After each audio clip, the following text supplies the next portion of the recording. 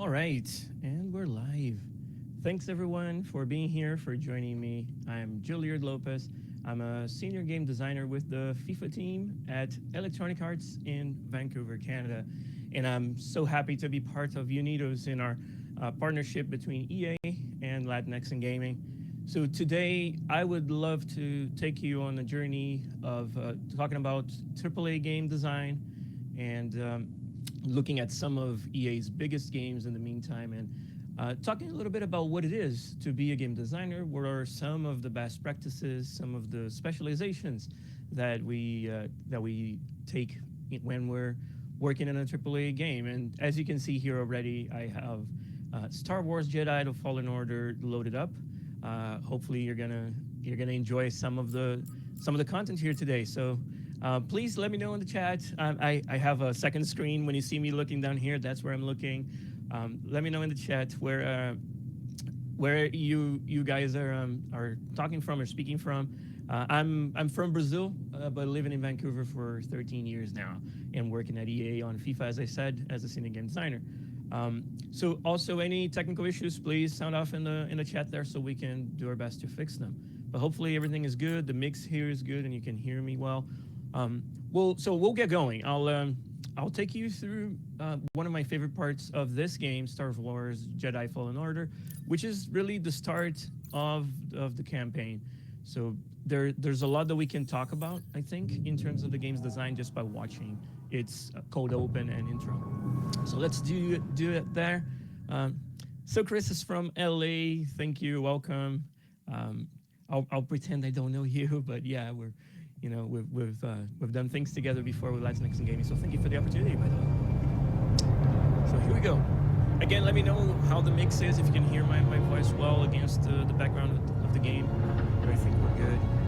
And it starts in typical Star Wars fashion, grandiose fashion. All that it's missing is the little yellow letters, I think. But it's a very powerful intro, I think. And I'll be talking through some of the game design concepts that go into building something like this. Lazaro is from San Diego. That's awesome. Welcome. I've been to San Diego a couple times. I love the city. So as you can tell, the background here is of a, it isn't the cleanest and shiniest locations in the galaxy. In fact, listen, I don't want to upset your rhythm, Cal, but the boss wants a word. It'll be good for us. So of course, establishing shot of the main character. An error has been detected on line 10A. All our clamps are jammed. I need 2 workers to climb up and secure the cables. Okay. That's not an easy maneuver. The guild will double your pay for this shift. Come on, Cal. What's your score? That couldn't hurt. Huh? It tells you that they're Okay. All right. Let's pals, and at the same time, they're doing this for the money. It establishes a few things about what we're doing Right behind here. you. And there we go. We have, a soft tutorial. Let me just do something real quick. Turn down audio volume from the game a little bit. Let me know, guys, if this is any better. I've turned it out to 20%. See if this comes through a little better for you with my voice and everything. Let me know how it goes. So yeah, here, very, subtle way of telling you, hey, this is a tutorial. We're gonna show you a few basic moves. We're gonna, show you how to jump around a little bit, do some platforming. And you're following your buddy, so it kind of gives you an idea of what you need to do. Don't worry about it. Can't spend money if you're dead. And here we go. Like he'll pave the way for you. Sometimes he'll drop some stuff to make it a little harder for you to go. So we're gonna talk a little bit about After you. one of my favorite specializations in game design, which is presentation design. So that it's what I actually do for Hey, look FIFA. at that. I'm a senior game designer on the presentation team. We work with cameras and replays, and what you're seeing here is a cinematic that's embedded within the game. You notice that there was a very seamless transition between me controlling the character and now just a cinematic playing, and you can see how the camera moves to show you what's the point of interest, to show you also the grandiosity of where you are and what it means to be here. So this, if you couldn't tell, is a scrapyard of Empire ships, and that's where we work, and that's the context that we're given for our character in the very beginning. Presentation design is a really interesting area where you apply cinematography techniques. We borrow a lot from borrow a lot from movies. Yeah, I'm good. I was just in the process of hiring a Ladder's new out, though. designer for my team, and we were looking for Gonna have someone to find with another way. cinematography chops, problem. with photography I'll improvise. experience as well. there, So pal. here, if you didn't notice, the game actually asks you to go through a very narrow passage. And you would do this often. In this game, not in this case, but in this game, there are other areas where they'll make you go through a narrow passage where you can't really see what's on the other side. And that's because they'll be loading what's on the other side. So that's a clever way that the designers and the system engineers decided to make it so that you don't notice when the game is loading. So if you played the last God of War, the let's say reboot or revamp of the series that Sony Santa Monica did, you remember the tree level, like where you're just running around in a surreal, tree branch type of level. That was their loading screen being made so that you wouldn't tell that it was loading. And here it's these narrow passages. Not this one, as I said, because this is a short one. I'll tell you what this one was for. So remember when we first made it through, and I'll do it again so you can see. So we were here, everything was good, our buddy was up there. But the first time we made it through, there were some barrels rolling, and they destroyed the platform. So the game designer here, the presentation designer, wanted to make sure we were looking straight ahead and we couldn't miss what was going on there. So going through that narrow passage, while not necessary, was a tool used by a presentation designer to make us look the way they want us to look. And that's very, very important in video games where there's lots going on and you have full freedom to look around wherever you want. So clever techniques like those to make sure your user isn't missing on all the action and the stuff that you want them to see is critical. So let's go.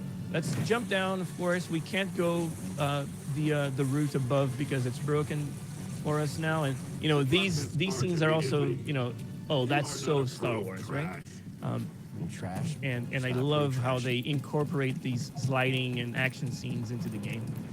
Here's another good example of just some typical action adventure parkour types of mechanics. But we'll soon be at a different part of the level where I want to talk about another game design specialization that I'm a big fan of. So here, if you couldn't tell, there's lights shining on the walls that immediately draws your eye to where those walls are. Same here, and this is another great example where we can talk about another great game design specialization, which is level design. So of course, level design is huge. Every game pretty much needs, environments that are interesting to explore and that are challenging to explore too. So a feature of level design that I wanted to call out here is not only, as I mentioned, lights.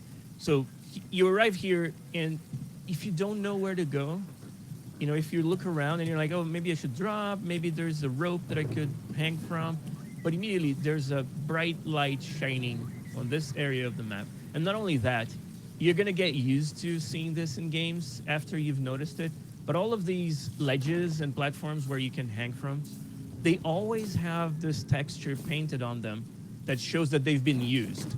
So here it's like a little bit of paint or grease or whatever it is that was dripping from it and now has stained it. So that's a clever way to indicate that a certain ledge is climbable while some others aren't. And it's one of those things that once you see it, you can't really unsee it anymore. So in every game, if you load up Shadow of the Tomb Raider, you're going to start noticing that platforms and ledges where you can hang from, they're all painted in a different way, and they're all painted in a way that shows that they've been used before.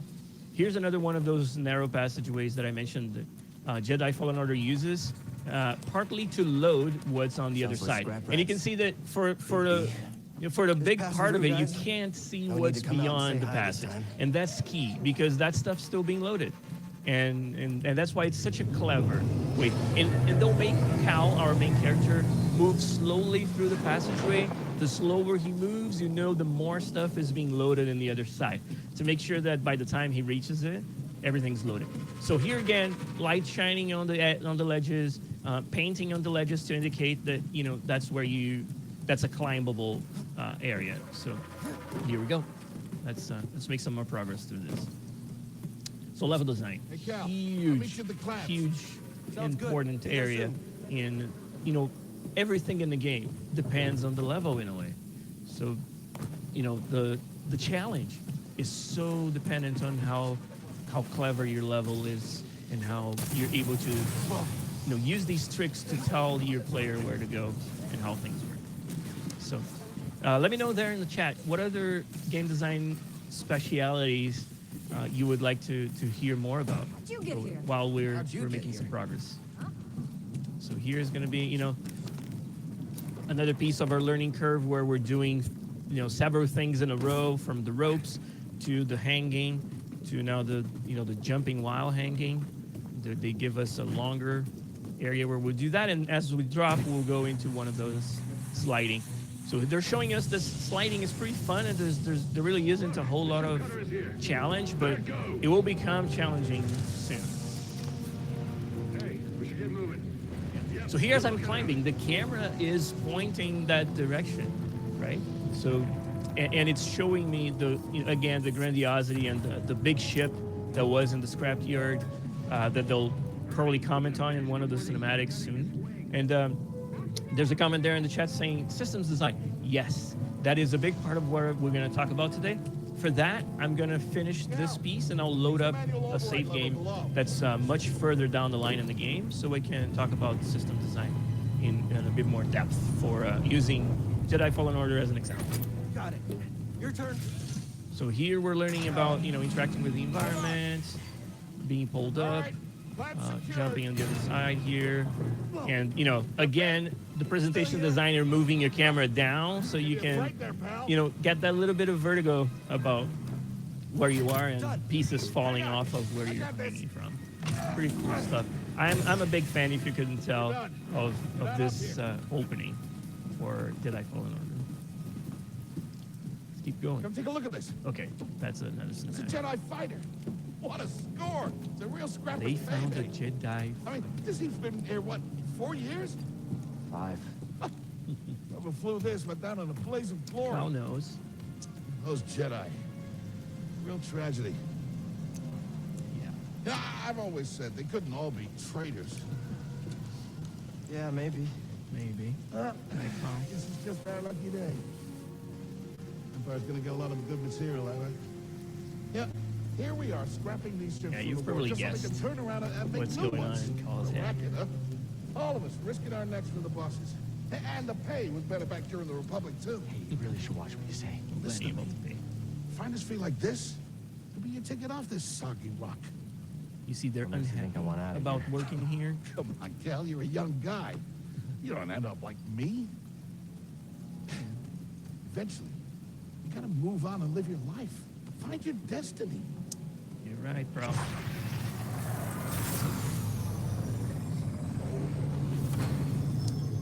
Another piece of level Whatever you design say. that I Hey, think we should is get back down. really powerful. You're not listening to me. That I don't think we'll have a great example to show in this part of the game. Okay, let's see what's happening. Oh, things are.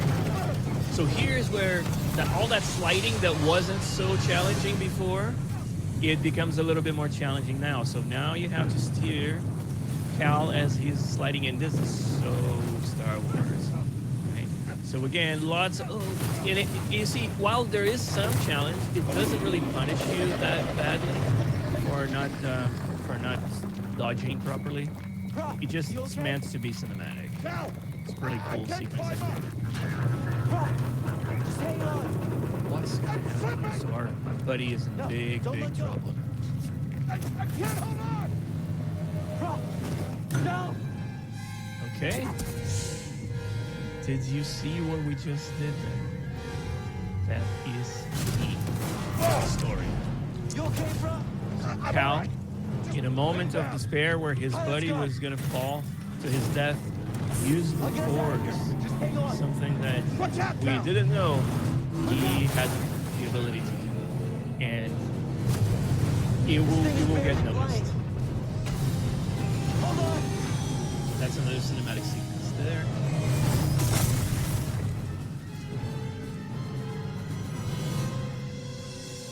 Prof, you all right? Yeah.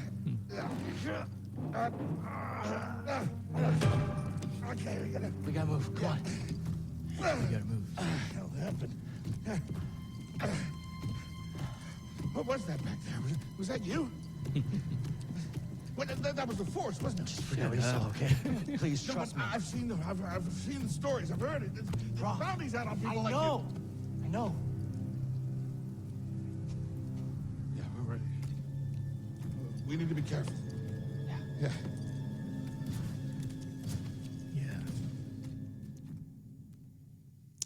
I just love this cold open for Fallen Order.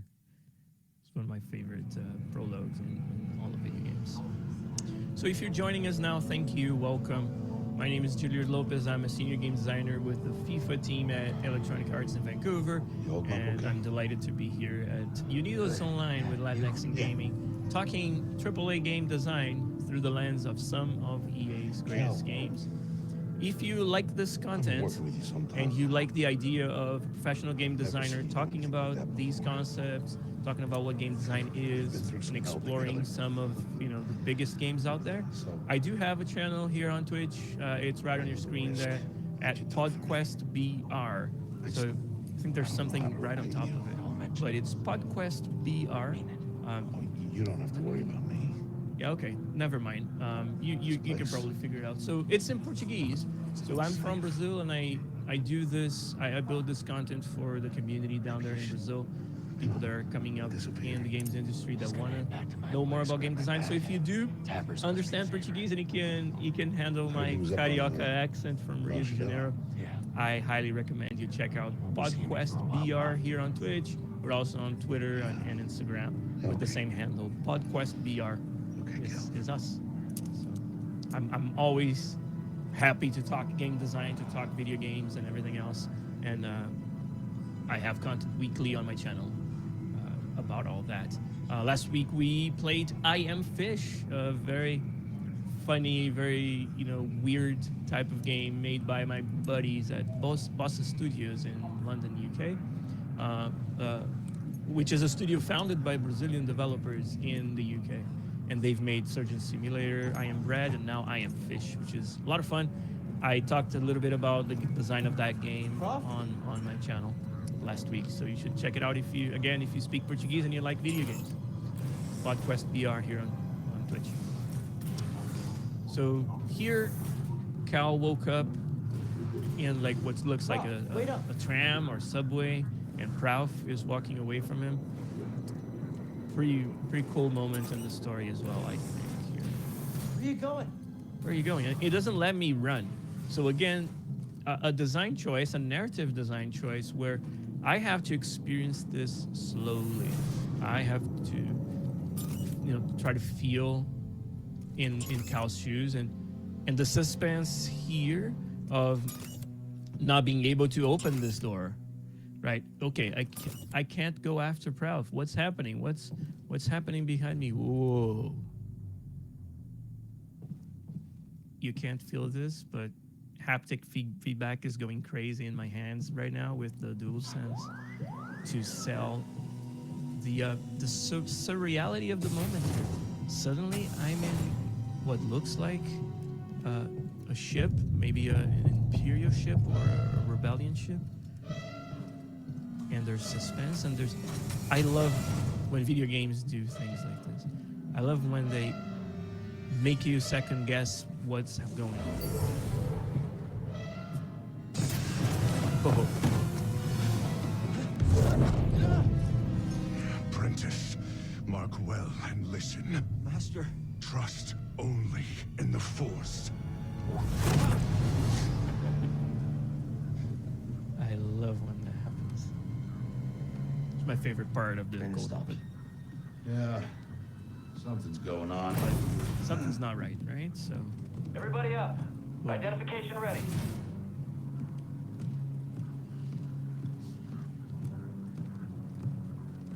Move out and line up. Probably just another contraband inspection. yeah, right.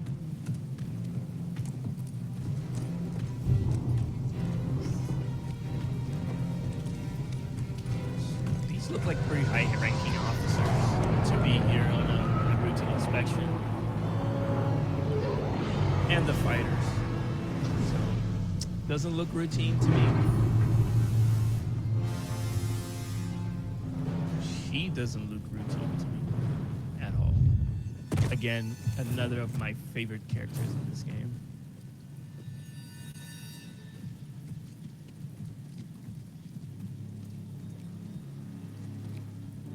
It looks beautiful on the PS5 too. Is this all of them? Yes, second sister. We seek a dangerous fugitive. This is no common anarchist, but a devotee of the treasonous Jedi Order. Failure to turn over this traitor will result in a charge of sedition. Yeah. Turn yourself in, or everyone present shall face summary execution. So what it looks like is that Cal's use of the Force I think in a moment of it's time someone despair, get forward. trying to save his best friend, has called the attention of the Empire. I've been working on this heap a long time. You see what's Way going on before here? the war. What We Ralph refit is and doing. rebuilt ships. Best in the galaxy. Then came the Empire.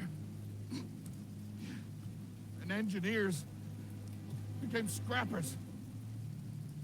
The workers, they just started getting worked. Ralph. Oh, he's We all got a know the truth. lightsaber. He's had it this whole time. We're just too afraid to say it. To the Empire, we're all just expendable. Yes, Yes. you are. No! Look at this, a lightsaber.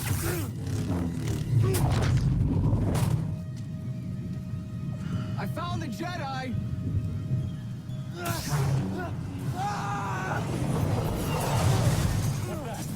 Taking out the disturbance. Oh, that hurts. Now we're in business.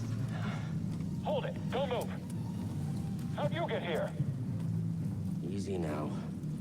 Got a stowaway. Jedi!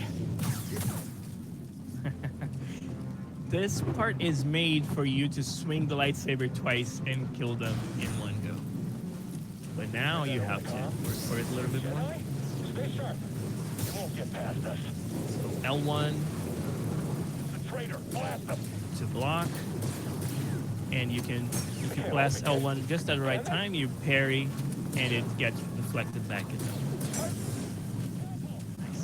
Contact confirmed. Shoot to So kill. here they're out of your reach, so you have no option but to reflect it at them. Again, another design decision to teach you how to play without you knowing that you're being taught. Firing. There we go. Yep, they're all taken care Seal of. the cargo door. There we go. Okay, so quick check on time here. This intro will go on for a little while longer, but I think we've seen most of what I wanted you to see. So I think, I'll let you guys explore the first chapter or the prologue of Star Wars Jedi: The Fallen Order in your own time. Carol Dot is in the chat, and then she's dropped a PodQuest na área PodQuest is in the house, which is our let's say our shout on our channel. So thank you, Carl, for being here. Thank you, everyone, for being here, for joining us. What we're gonna do now, we're gonna shift over to a save game where I'm a little bit further ahead in the game, so we can talk a bit more about the design practices and specialities that we can see in a game like Star Wars Jedi: The Fallen Order. So here I am, 64% into the game, and we can talk a little bit more about system design and other things. I was gonna say, when we were watching those cinematics, I was gonna talk a little bit about level design a little bit more, and how, you know, Jedi Fallen Order clearly takes a lot from the Souls series, and let's talk about Dark Souls a little bit, because I know it's a franchise that divides opinion, you know, has a very cult following, let's say a very large following. And in this game, it does borrow a lot from that series, but in my opinion, it has a great blend of challenge and approachability, accessibility. So here, we're much more advanced in the game, and then, Wild Garu, my buddy from PodQuest is also there and also shouting, PodQuest na área. Thank you very much for being here. So I was saying, these meditation spots, they are the equivalent to the bonfires, if you know the Souls games, and with a big difference, which is you have the option to rest or to just use this meditation point to save your game as a checkpoint. So while in the Souls series, once you use a bonfire, you're pretty much, saving, quote unquote, but also having all the enemies respawn, and you don't have a choice to do one without the other. But here on Jedi Fallen Order, you do have that choice. And here I can press a button to rest if I want to, and it will tell me that, my life, my force, and all my life refills have been refilled, but my enemies have respawned. But if I don't press this button, I can just come in here, look at the skill tree if I want, mark a checkpoint, and then continue without respawning all the enemies, but also without recovering all my life. So that to me is a step forward in the mechanics that we've become so used to in the Souls games. We're gonna look at that skill tree in a second when we talk about systems design, but the other thing that I wanted to talk about here in terms of the level design that I think this game borrows a lot from the Souls series and improves on it. I don't have a good example to show in this part of the game. You know what? While we're doing that, let's watch a nice cinematic that I know is coming up. That is very much like Star Wars. So we have this big bird. We're in Kashyyyk, which is the Wookiee. Oh, poor guy. We're in Kashyyyk, which is the Wookiee home planet. And yeah, we're being chased by the Night You're done Sister. hurting this world. I don't know what's got second sister thinking you're so important. She likes her souvenirs, but I'm not in it for the memories, and honestly, you're not worth my time. So let's make this quick. See if we can do a little fighting here. See what we can do against her. So there's some force push. She's very passive. She's waiting for me. So a lot of the enemies are more active. So when they turn red, it's an unblockable move. And here we can block each other. Oops, she's using force pull on me. Again, unblockable move. Oh, she uses the force a lot more than the other enemies. Oh, I couldn't get out that one in time. Force pull. I'm trying to parry here, but it's a bit hard. She's parried me. I parried her. Trying to break her guard, which I did just now, so now I can do some damage. She'll push me and then jump. Oh, okay. So I think I heard her enough that it triggered a cinematic.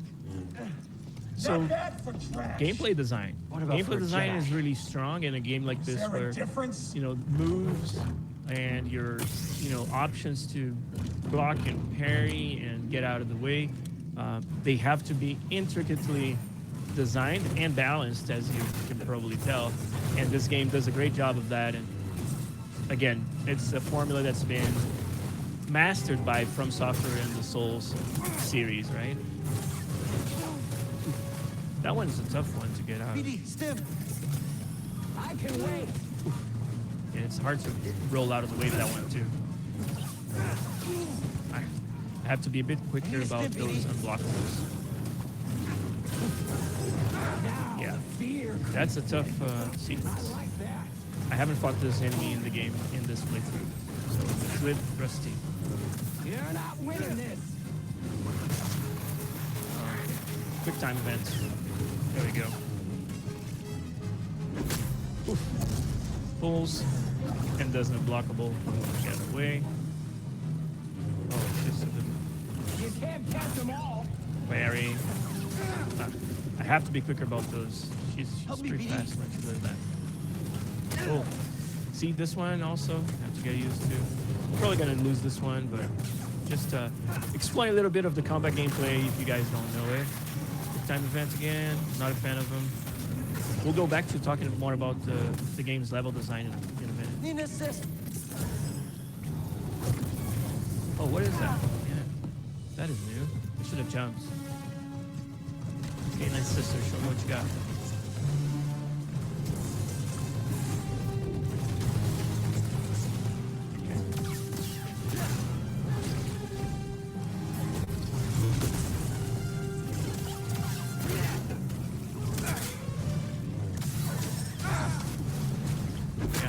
My last canister is using like a rolling move. I'm just probably gonna run out of life before I can beat her. Or, You're not winning this. let's jump that one. Are we fighting or what? Okay, gotta wait for that one. Again. Feeling run down. Yeah, that's close. Oh shit. Okay. Defending at her back. That's pretty cool. Pretty cool animation there. She's gonna do the little where she tries to pin me in a corner. Get out of the way. Can't be too eager.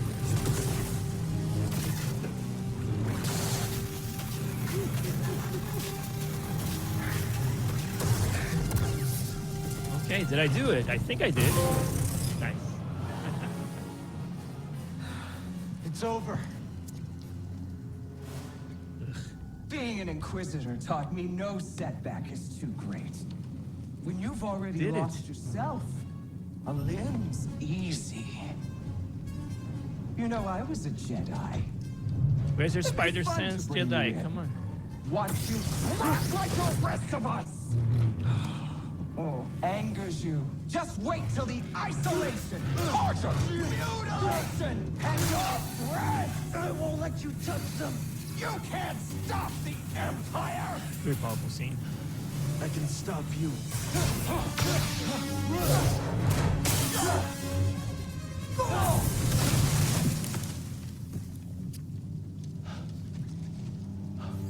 Yeah. Cal sometimes doesn't know how powerful he is.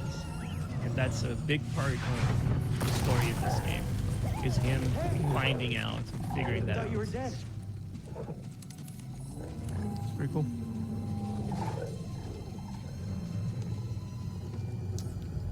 So you're okay. What I was saying about the game's level design and another feature that I think it borrows very, very well from the Souls series is how within the levels design there are...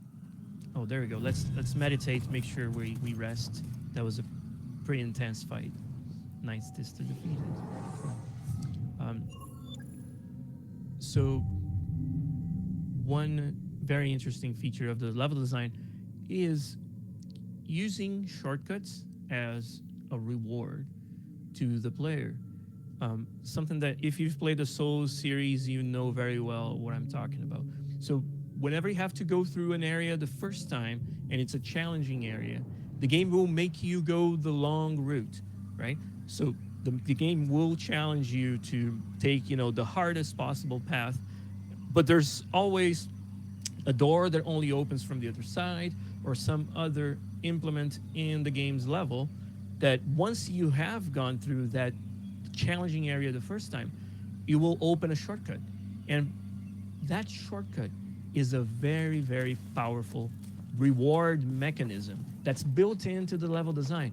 It makes you feel so good. It makes, no trophy or achievement will give me the same, the same reward sensation as just simply opening a new shortcut so that I don't have to go through that challenging area of the level again if I don't want to.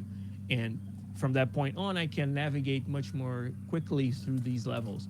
And that, that idea of using the levels design and the shortcut as a rewarding mechanic and something to say, hey, well done, you've done the hard, you've gone the hard way, now here's your reward. It's a shortcut. It's something simple, but so powerful.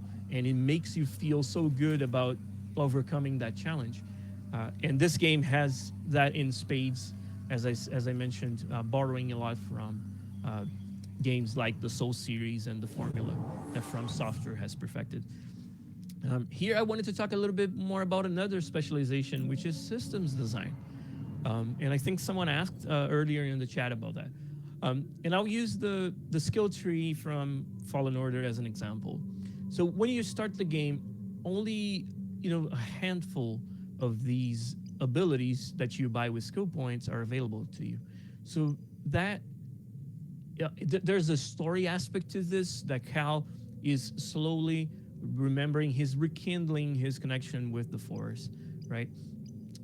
So there's a story aspect to why you're asked to do this, but there's of course a learning curve or progression aspect, which is the job of a systems designer. One of many jobs, because the systems designer can be designing many different systems. So here's a progression system that, as I mentioned, in the beginning, only a few of these are available to you. And what that determines is what level of power or what abilities are available to the Jedi at that part of the game. And the game has a few gates that you go through. So let's say you beat the second chapter and there's an epic battle at the end. And once you make it through that battle, in the process, Cal, within the story, you will remember a skill from his Jedi repertoire that he had forgotten. So the game didn't tell you, so now that Cal has strengthened his connection with the Force, you have more abilities unlocked that you can then purchase with your skill points. So again, the progression system ties everything together in the game. It has a story, let's say, justification, but it also gates your progression through the game. It allows for that challenge curve to always be constant. So this is something that is key that a systems designer, especially someone who's working on progression, needs to be working on and designing the whole time, is your challenge curve throughout the game. We don't want our user to be overpowered in the very beginning. We don't want our user to be frustrated because they're not powerful enough. And at every point in the game, there needs to be challenged. There needs to be something for the users to strive for.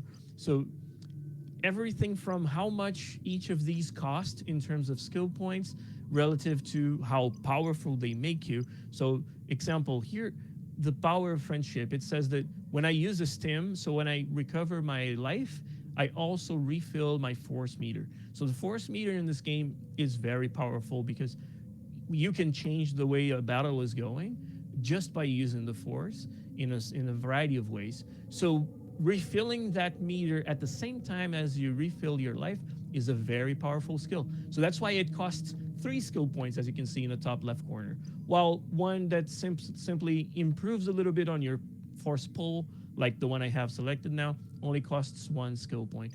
And determining how much each of these cost, and therefore how much experience you have to have acquired in order to unlock them, is the job of a systems designer, is the job specifically of a progression designer in the game. And not only that, some of these skills, they will allow Cal to do things that he couldn't do before. So if I go back here out of the meditation point and into the menus, and here we have a list of Cal's unlocked abilities. And some of these, like the Jedi Flip, is a great example. It's basically double jump. So this allows Cal to reach platforms that he couldn't reach before. So once you unlock this, you know that you can reach areas in every map that you couldn't before. And before this is even available for you to unlock, you know Cal won't be able to go those places. So you see how the levels design and that design of where you can go at any given time are all tied to the progression system. And again, progression systems' primary goal is to guarantee challenge all the way throughout the game, guarantee that there's a learning curve and there's always something to learn and something to strive for and unlock as you're going through the game. Very intricate process, which is how systems design goes. It's always very intricate. Another great example of systems design that I love, and I have to say, pode question na área. Thank you, Lou, for being in the chat with us as well. Lou is is a developer from Brazil. Lou is a producer in the games industry. Lou Cecil, who's in the chat right now, and of course a member of our podcast community. So thanks for being here. So yeah, another great example of systems design that I love to talk about is the Nemesis system from Shadow of Mordor, Shadow of War. You guys probably know that. So that's a system where there's an army of orcs in the Shadow of Mordor world, and every time they kill the player, an orc that kills the player goes up in rank.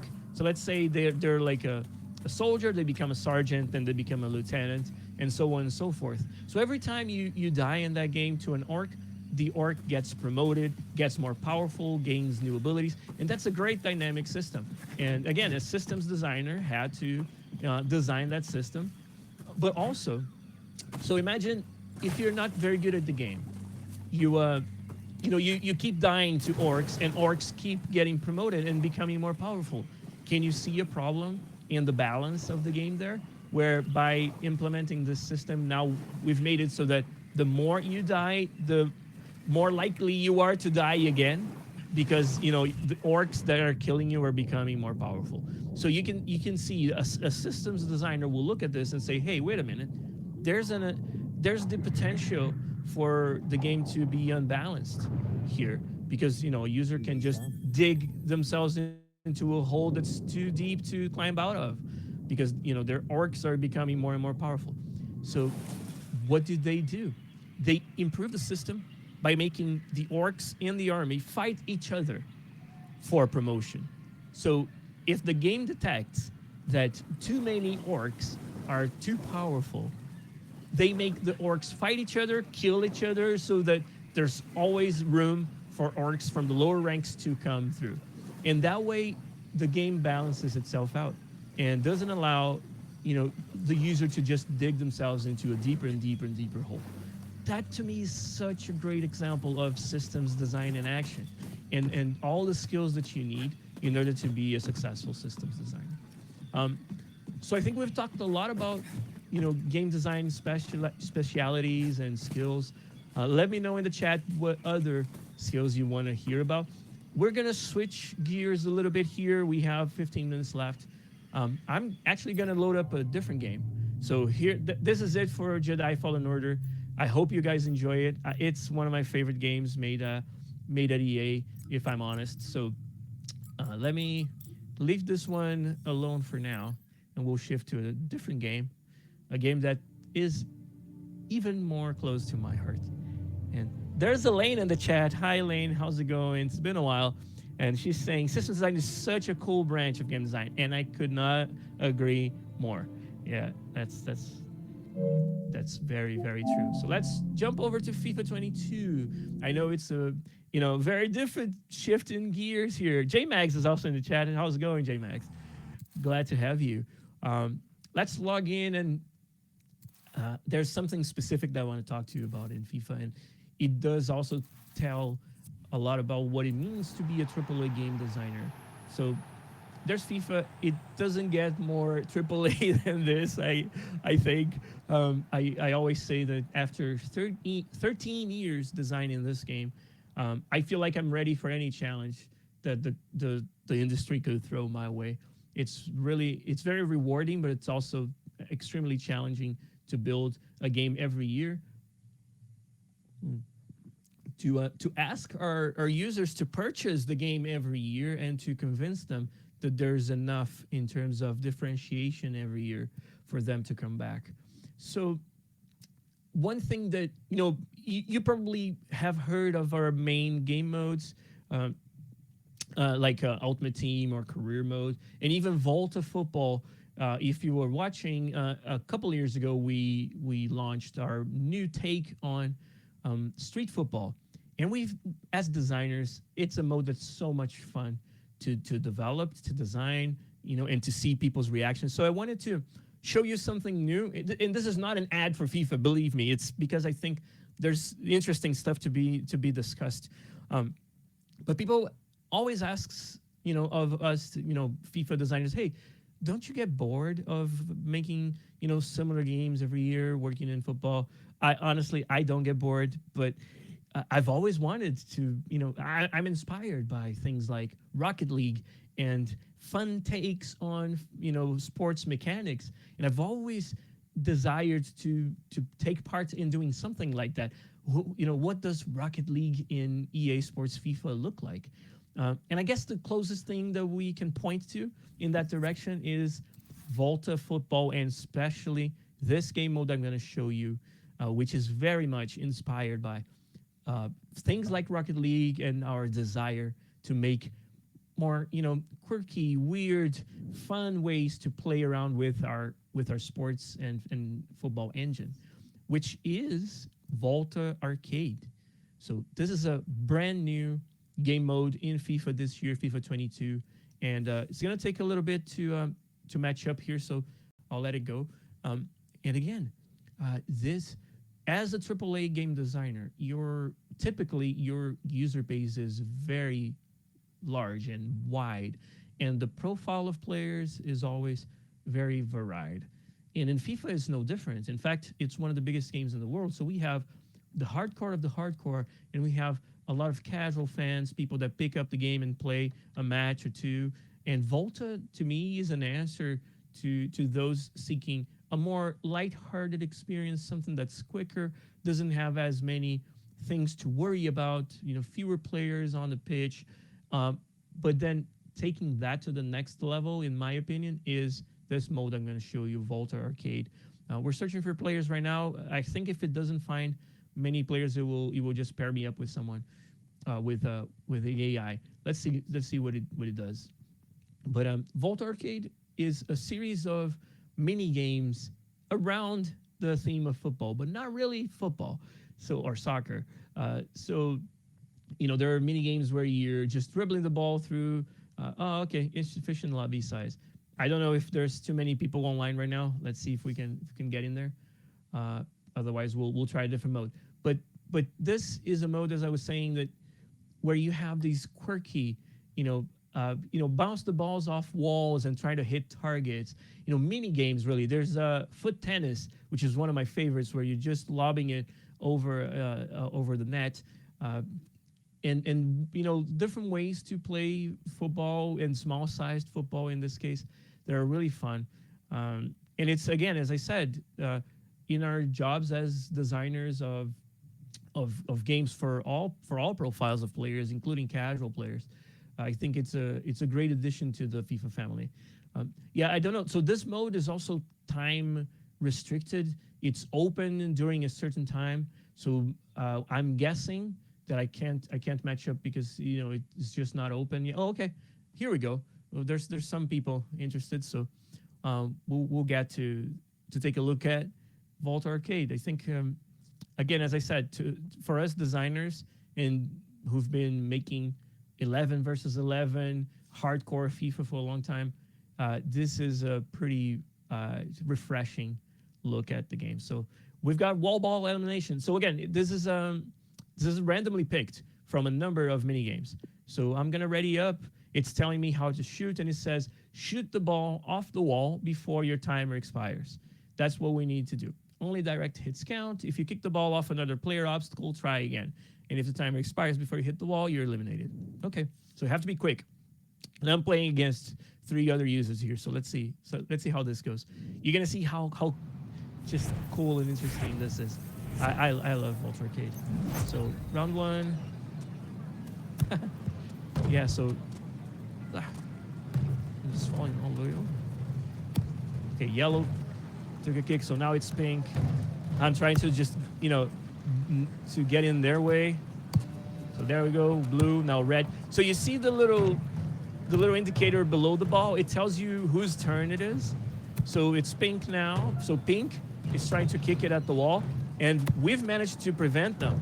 So, we're here to try to prevent the others, and once they can't hit the wall in time, they're eliminated. So it's just me and red now, and I'm gonna try. Okay, red is, red screwed up, and I'm the last man standing. So it's a bit quick. I don't know if you caught it, but no, there we go. So yellow is now trying, and I'm trying to not let them. So yellow got it. Oh, they didn't. So they didn't use the right command. So they're eliminated. Now red has to kick it against the wall, and we have to prevent them. So there we go. We're doing a good job. They did do it or didn't. So now it's pink. Pink is trying to do it. I have to stop them. So there they go. Now it's my turn. So they have to stop me from kicking the ball against the wall. But here I am. Oh, I didn't make it in time. So I lost this time. So yeah, so this is crazy. So I'm first now. So, okay, I got it. Now it's red, and we have to get in their way. So you can see how it gets interesting. How it's, it's a fresh new take. Did you ever, expect FIFA to be like this, to do something like this? I didn't. And then, this is the great work of my buddies who are designers of the Volta mode. I don't design Volta gameplay myself, so I can't claim any credit in making these mini games. I'm just a fan. I love to play them. So that was wall ball elimination. I managed to win 2 out of 3 of the matches that we played. Let's see what else comes up. So did you ever expect FIFA to be like this? Did you ever expect to see this much, quirkiness and just using our football engine in some fun ways? So I'm a big fan, as you can tell. And again, this is born out of our drive to bring more and more casual fans to make the game feel more, just like you're having fun, borrowing, as I said, from the great inspiration that we get from things like Rocket League and things like that. Yeah, I think the folks in the chat are enjoying the mini games. Let's see what this one is. 2 versus 2. So now different take. Like now it's team based. So I know this one. We have to dribble the ball through some power ups, and I'm with purple or pink. So we have to prevent them from picking up the power ups. And yeah, pass it to me. Pass it to me. Come on, buddy. Come on. Okay, so if they dribble past the power up, they'll increase their area, right? So it becomes more blue. Get it? Yeah, pass to me. There we go. That was a good one. Well done, buddy. So I'm trying to give him an option to pass the ball to. And now I've got it. So the power up is there, and we need to kind of work together to try to dribble past the power up with the ball. We're doing a terrible job of it. Hey, buddy, give it here. Give it here. I got the power up. I don't know if he knows how this one works. So the idea is that we paint, whoever paints the full thing, their color wins. So I'm here kind of guarding the power up. But if they keep the ball, they'll be slowly getting there. So, okay. Come on, guys, give it to me. Yeah, I don't think we're gonna win this one. Yeah, Team B wins.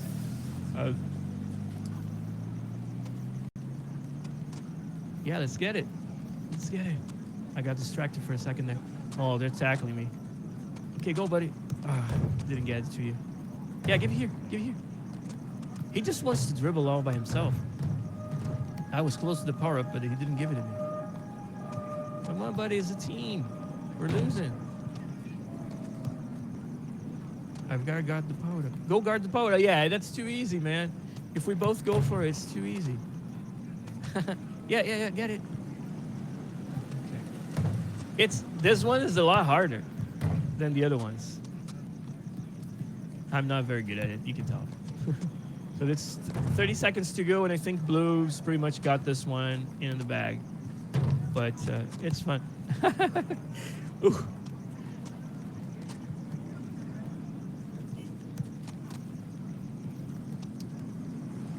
Yeah, buddy, get it. Yeah. Yeah, we're not gonna win this one. 3 seconds to go. Blue wins again. Yeah. Well, that's cool. We're almost out of time. I think I got through a lot of what I wanted to talk about today, guys. So we're gonna wrap up shortly. I hope you guys enjoyed watching some cool games, but also talking a little bit about game design. As I said in the beginning, I'm Gilliard, senior game designer for FIFA at EA in Vancouver. A member of our Somos EA ERG, which is our Latinx and Hispanic employee resource group. We work with Latinx and gaming very closely, and I'm delighted to have had this opportunity to talk to you at Unidos Online. I have a Twitch channel called PodQuest BR. You can see it on your screen there, right below my photo here, where I am. So it's in Portuguese. So if you know Portuguese, you're more than welcome to come by and check out our channel. We do more of this in the channel. We do more of talking about game design and games that are interesting, that are they bring in something new. And also, I'm very close to the Brazilian game development industry. We have a Discord channel where it's approaching 1,500 members, so it's pretty large, and it has developers and students and aspirants of all levels, and just gamers of all levels from the Brazilian community that we work together. And I love to spend this time interacting with the community, learning with you as well, and yeah, I would encourage everyone to go check out PodQuest BR on Twitch. Again, it's in Portuguese. We're also on Twitter, on Instagram, and yeah. So, summary of what we saw here today: Jedi Fallen Order, some systems design. We talked about what that is. Some pretty cool level design ideas in that game. Some gameplay design. We didn't talk about things like audio design, which is an awesome area. We didn't talk about narrative design, which is also very strong in many of our games, of EA games, and of course in the industry. We did talk a little bit more about casual game design here with Volta Football in FIFA 22. I hope you've enjoyed the content today. Thank you again to the organizing committee of Unidos Online, Latinx and Gaming. But I feel like we're buddies at this point, so thank you for your support. Thank you everyone who's watched. And yeah, I hope you guys are excited for the content that's still to come for you at Unidos Online today and tomorrow. So it's this amazing celebration of Hispanic Heritage Month with Latinx and Gaming. Very happy to be part of it. Very happy to have had the opportunity to talk to you guys. So once again, thank you. I think we're wrapping up just in a few seconds here. So again, cheers. And if you can, check out PodQuest BR, my channel in Portuguese, where we talk all things gaming and game design and game development. Thanks, guys. Love being here. Talk to you later.